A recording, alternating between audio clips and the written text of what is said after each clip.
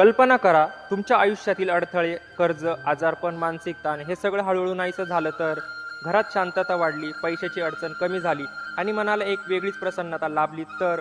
पण हे सगळं होण्यासाठी तुम्हाला मोठा यज्ञ, मोठा हवन किंवा हजारो रुपयांची पूजा करण्याची गरज नाही. फक्त एक साधं दान करा. होय, गरिबाला योग्य वस्तू दान केल्यास थेट भगवान शिव यांची कृपा मिळते, असं पुराणांमध्ये सांगितलं आहे. आजच्या या व्हिडिओमध्ये आपण जाणून घेणार आहोत गरिबाला कोणत्या त्या 7 गोष्टी दान केल्यास शिवकृपा मिळते. 6 आणि 7 नंबरचं दान तर नशीबवान लोकच करतात. आणि दान कधी करावं आणि दान करताना कोणत्या चुका टाळाव्यात, हा या व्हिडिओमध्ये शेवटपर्यंत जरूर पहा. कारण शेवटी मी तुम्हाला एक गुपित उपाय सांगणार आहे, जो तुमचं भाग्य देखील बदलू शकतो. व्हिडिओ पुढे बघण्यापूर्वी चॅनलवर पहिल्यांदा आला असेल तर आपल्या डायनॅमिक मराठी या यूट्यूब चॅनलला सबस्क्राईब करा आणि बेल आयकॉन प्रेस करा, जेणेकरून जी पण पुढची भक्तीची व्हिडिओ मी टाकेल डेली ती तुम्हाला सर्वात पहिले बघायला मिळेल. सर्वात पहिले, दान का महत्त्वाचे आहे. सनातन धर्मात दानाला खूप मोठं स्थान आहे. वेद, उपनिषद आणि विशेषतः शिवपुराणमध्ये दानाचं महत्त्व वारंवार सांगितले आहे. भगवान शिवांना भोलेनाथ का म्हणतात? कारण ते अत्यंत करुणामय आहेत. त्यांना दिखावा नको असतो, त्यांना हवं असतं भाव, श्रद्धा, करुणा. जर तुम्ही गरीब, गरजू, भुकेल्या व्यक्तीला मदत केली तर ती मदत थेट शिवाला पोहोचते असं मानलं जातं. शिव म्हणजे संहार, सुजन दोन्ही. आपल्या आयुष्यातील वाईट कर्माचा संहार करण्यासाठी दान हा सर्वात सोपा मार्ग आहे. नंबर 2, गरिबाला अन्नदान म्हणजे सर्वश्रेष्ठ दान मानले जाते. सर्वप्रथम, अन्नदान हे दान जर तुम्ही केले असेल तर व्हिडिओला लाईक करा. बघू किती जणांनी गरीब लोकांची सेवा केली आहे. शास्त्रामध्ये सांगितले आहे, अन्नदान हे महादान आहे. जर तुम्ही एखाद्या गरिबाला, भुकेल्या व्यक्तीला प्रेमाने जेवण दिलं तर ते थेट शिवपूजे इतकंच पुण्य देणार आहे. विशेषतः सोमवार, महाशिवरात्री किंवा श्रावण महिन्यात अन्नदान केल्यास पुण्य अनेक पटींनी वाढतं. दान करताना लक्षात ठेवा, ताजं आणि स्वच्छ अन्न असावं. रागाने किंवा तुच्छतेने देऊ नये. मी देतोय असा मनात अहंकार नसावा. असं म्हटलं जातं की जेव्हा तुम्ही भुकेल्या व्यक्तीला अन्न देता तेव्हा शिव स्वतः त्या व्यक्तीच्या रूपात तुमचं दान स्वीकारतात. नंबर 3, कपड्याचे दान.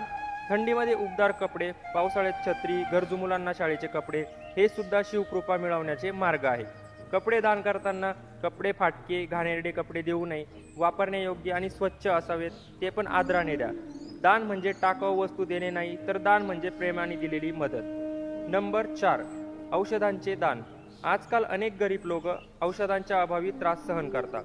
जर तुम्ही एखाद्या गरजू व्यक्तीला औषधोपचारासाठी मदत केली तर ते अत्यंत पुण्यकारक मानलं जातं. शिव हे वैद्यनाथ स्वरूपात सुद्धा पूजले जातात.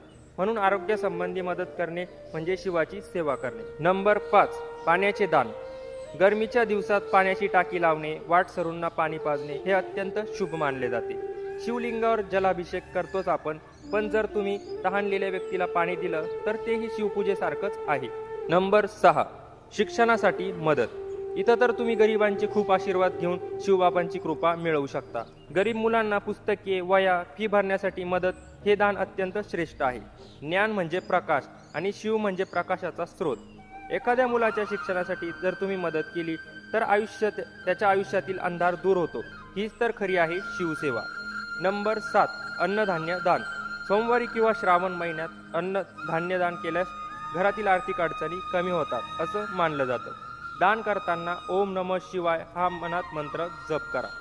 हे आहे 7 प्रकारचे दान. पण हे कधी कधी करावे तर बघा, सोमवारी, महाशिवरात्री, श्रावण महिना, अमावस्या, आपल्या वाढदिवशी, विशेषतः महाशिवरात्री या दिवशी केलेले दान अनेक जन्मांचे पाप नष्ट करते असे मानले जाते.